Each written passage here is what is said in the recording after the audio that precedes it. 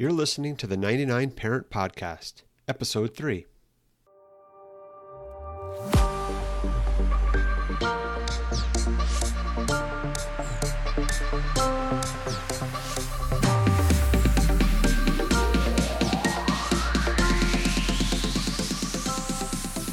Hi guys, welcome to the 99 Parent Podcast. I'm your host, Bob Riley. In this podcast, we talk about the challenges encountered by both parents and kids in today's fast-paced digital world. Today, we'll be discussing how we can most effectively communicate ethics and other life lessons to our kids. Let's get right to it. One of the most challenging things parents encounter is how to communicate values to kids. If you're like many parents, it's done in a very informal way. However, doing things in an ad hoc manner can be problematic. When we don't clearly state what's right and what's wrong, we can end up leaving that up to the rest of society to do. And a lot of times, the lessons kids learn from society aren't the ones we want our kids living by. Perhaps the biggest influence on our kids are their friends. Friends become much more of an influence the older our kids get. In fact, this bears out in the research. A 2013 National Institute of Health paper states, one of the strongest predictors of delinquent behavior in adolescence is affiliation with delinquent peers. So unsurprisingly, who your kids hang around has a big effect on their behavior.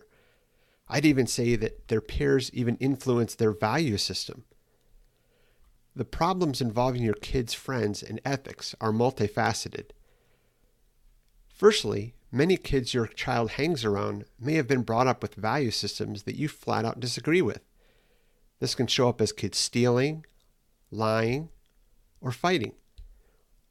Or maybe some of your kids don't have a good work ethic. Without a formal tool that you as a parent can use to counter these influences, your child can easily start picking up bad habits and poor ways of dealing with the world. There's also a related problem here. How can you, as a parent, know which of your child's friends are good influences and which are bad influences? Now, you may suspect that some of your child's friends are better influences than others, just through the occasional story that your child tells. But many times it can be hard to get a read on how much your kids' friends align with your value system. Well, so far we've talked about the influence of friends, but there are other influences in our society that can really impact what your kids value.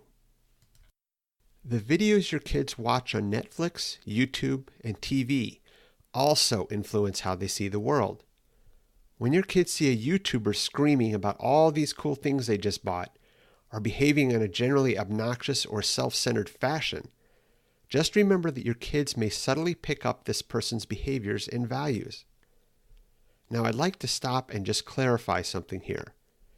I'm not saying that kids should be sheltered from everything on videos or entertainment.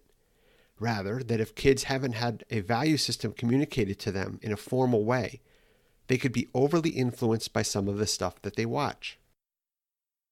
So on to the next societal influence on our kids, commercials. Aside from the videos kids watch, children are constantly being hit by commercials they see in electronic entertainment, TV, videos, and video games.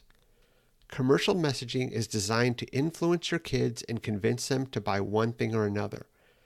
Or perhaps better stated, get your kids to tell you what to buy. So we've talked about 3 influences on your kids. Influences that as time goes on may actually affect your children more than you do. Friends, video entertainment, and commercial messaging. It would be nice if we as parents had a formal way to instill our values in our kids.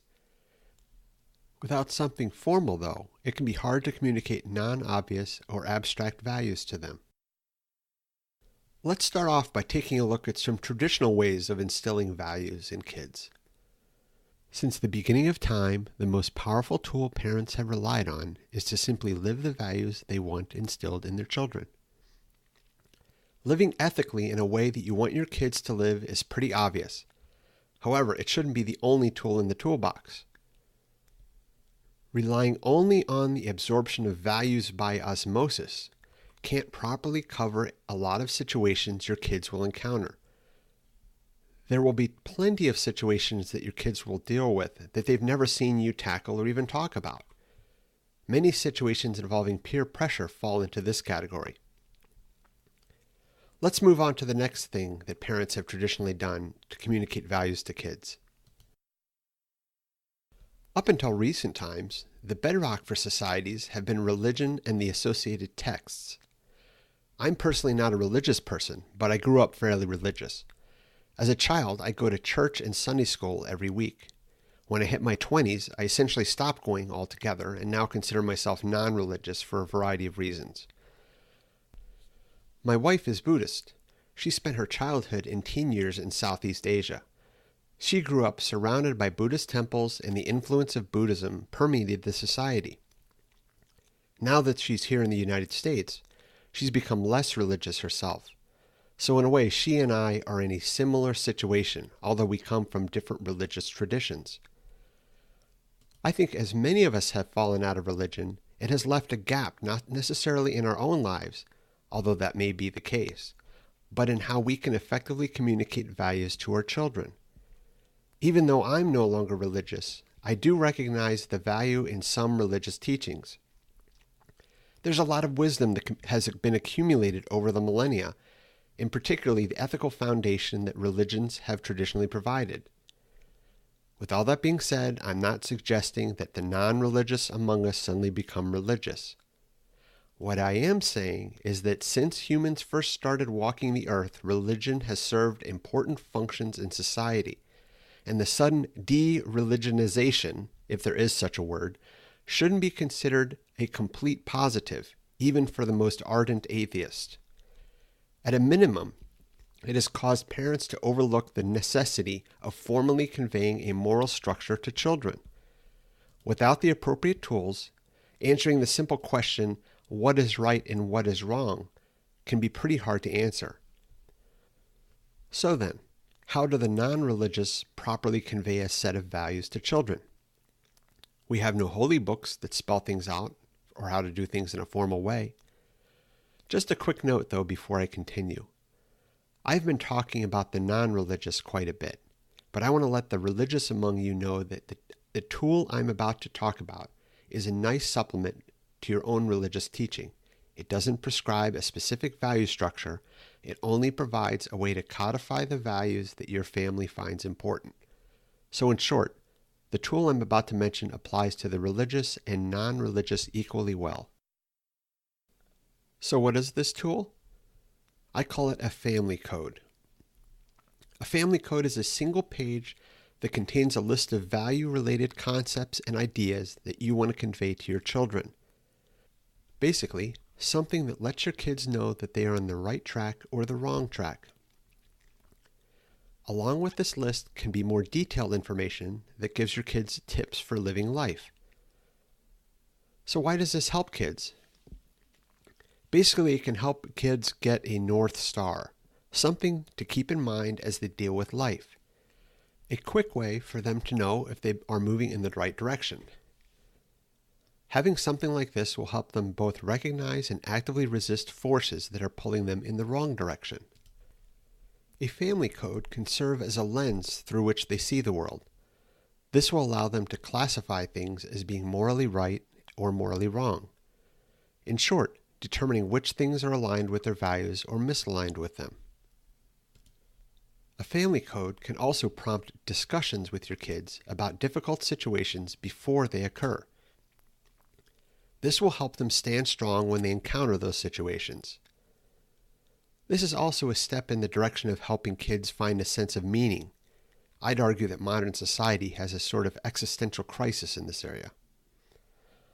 A family code also gives you a quick shorthand to point at ethical or unethical behavior in your children or others. Not surprisingly, my own family has a family code, which I'll share a bit of here. First, a quick note. This stuff isn't coming out of thin air. Much of our family code is based on ethical structure that I acquired as a boy when I was growing up in the Methodist Church. Although I'm not religious, I can't deny the strong effect that growing up in the church had on my own moral outlook. That being said, most people would probably consider a lot of their family code to be non-religious and with values common to most human societies. The fact that my Buddhist wife agrees with the code would seem to indicate that it is a nice blend of what we both value in life, given our different upbringings. I've also incorporated psychological concepts. However, these are less value-based and have more to do with grit and perseverance, although I suppose many people would consider these related to values. The first part of our code is the values section. This section covers what is right and what is wrong, in general terms. Although I periodically tweak these items, this is what we have in there right now.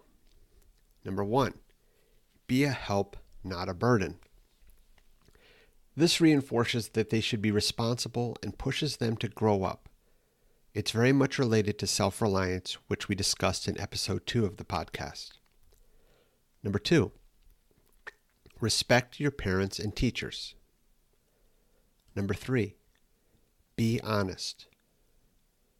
Number 4, take responsibility for your choices. Number 5, respect, protect, and help your brother. When I say brother here, I'm not meaning brother in the generic sense, although that's true as well. I mean his literal brother. We have twin boys, and I want to reinforce that special bond when I can. Number 6, treat others how you want to be treated. Many of you will recognize this as the famous golden rule. Number 7, be thankful for the good things in your life. There's not as much appreciation and thankfulness in our society as there could and should be. This is my attempt at keeping my kids grounded and having them keep the big picture in mind. Number 8, assist those who need help. We have a second section of the code, which I call mentality. This isn't really stuff about right and wrong, but are things for them to keep in mind when it comes to dealing with the hardships of life. What we have in here right now are, number 1, always know your target and aim for the sky. I'm really talking about goals here, but as children, they understand the word target better. Basically, I'm just saying, know where you're going and aim for something important. Number 2, push yourself and do your best, even when you think life's not fair. I have this in here to prep them for one of the harsh realities of life, that life's not fair. But it also says, even though it's not fair, keep moving forward because that's your best bet. From a psychological perspective, I would say this encourages an internal locus of control, focusing on those things in your control that keep you motivated and moving forward. Focusing on things outside your control keeps you scared, anxious, and frozen. Number 3, working hard is your best shot at hitting your target. Again, reinforcing the things that they can control. Plus, I like acknowledging that nothing is guaranteed in life, but the more you keep trying, the better your chances of succeeding are. Only those who give up guarantee that they lose. Number 4, do what you think is right and don't care what other people think. This encourages them to believe in their own judgment and not be afraid to be individuals. I'll be having a few podcasts on this subject in the future. Number 5, you may not always be the best at everything, but you can be the one who's trying the hardest. This statement may rub some of you the wrong way. For me, it acknowledges the harsh reality that yes, you will encounter all sorts of people, some that are better than you. That's not to say that you should stop your trying, though. I remind my boys that if they develop a very strong work ethic, they will bubble up near the top, and that's good enough for a good life. Number 6, you can't choose how you feel, but you can always choose how to act. Sometimes my kids are feeling lazy or sad or whatever, but they still have things they're responsible for getting done, and the best way to get out of those rotten moods is to keep moving. Finally, I have an extra bonus section of our code called Life Wisdom. It isn't really part of the code, but it's really a section where I dump a bunch of helpful tips that I think could help the boys at some point. You may not want this section since it isn't really something that can be communicated in a single sheet of paper like the previous sections. I've added the life wisdom section for a couple reasons. First, it helps me clarify some ideas about life for myself and what I find important. And, not to get overly morbid here, but another reason I've added the life wisdom section is that I want to make sure that they know my most important life lessons in the event that I die before they're adults. The life wisdom section is very long, so I won't read much of it now. Here are a few examples of what I have, though. The first covers work ethic. Number 1, make your work and creations to high standards, and you will go very far. People that take their time and do quality work stand out from the crowd. These people get good jobs, have a good reputation for being reliable, hardworking, and people respect them. This goes for schoolwork, job work, and your own projects. This next item reinforces the idea of appreciation. You have been born in a safe, stable country to a good family which is in a better position than many of the people on earth. Don't squander these opportunities. Rather than focus on the things you don't have, appreciate the things you do have, and don't take those things for granted. And one more, which uses metaphors kids understand. A big challenge can be like a scary dragon to a knight. You can either run away from the dragon or face it head on and do your best. Face dragons bravely and you will often beat them and learn from the experience. Run away from them and the dragons will only get bigger and stronger. Right now I have about 20 items in the Wisdom of Life section, so I won't go through any more, but you get the idea. Let's now talk about how you may want to use your family code. Number 1, in a weekly review. Ask your kids how they've been following the code lately. What have they been doing well? How have they not been living up to the code? How can they do better? Number 2, print out the code, hang it in your kid's room or a public area of your house. Number 3, quiz your kids on how they did over the last day on a rating of 1 to 10. After they give you a number, you could easily follow up to find out more details. Number 4, assess how their friends stack up on the code. Periodically ask your kids how they would rate their various friends on the family code, 1 through 10. When doing this, don't directly berate them or become overly negative for low-rated friends. Don't tell them to just stop being friends with the low raters. This wouldn't work anyway and could easily backfire.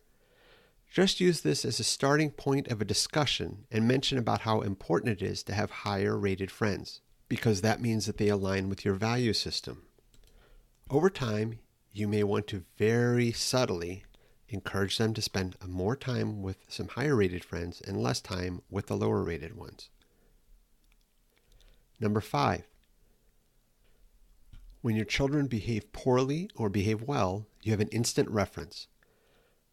When you observe a behavior, you could directly refer to it using the terminology of the code.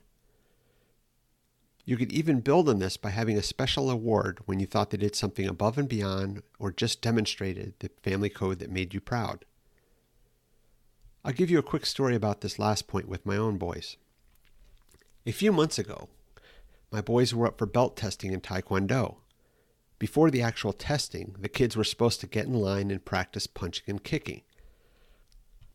Well, one of my boys was acting a combination of lazy and shy. I'm not sure of the exact reason, but he just didn't want to get in line to do the practice drills. He came over to my wife and I and wanted to sit with us. I told him to get back in line and he fussed and fussed. This went on for a bit until I brought up the code. I simply asked him, "Are you living the family code right now?" He stopped, thought about it for a few seconds, and trotted over and got in line. So the family code worked. In short, he had internalized those parts of the family code involved being brave and pushing yourself. Because these values were internalized, having the code worked much better than me pushing and nagging him to get back in line.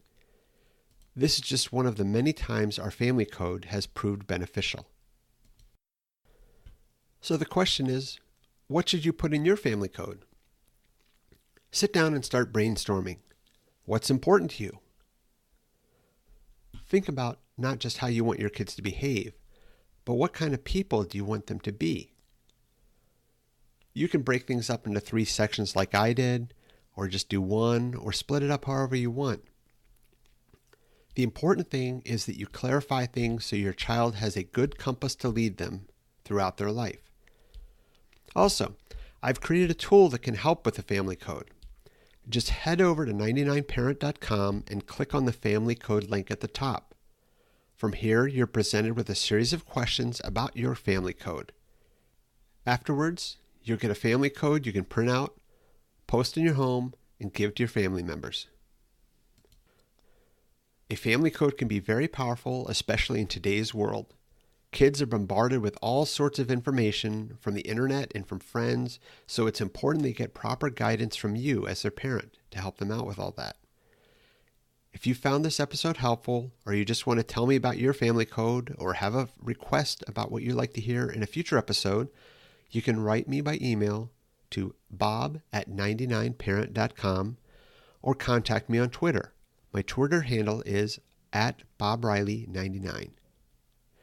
An article based on the transcript of this episode can also be found on 99parent.com. A link to the article is in the show notes. That's it for today's episode. This is Bob Riley signing off for the 99 Parent Podcast.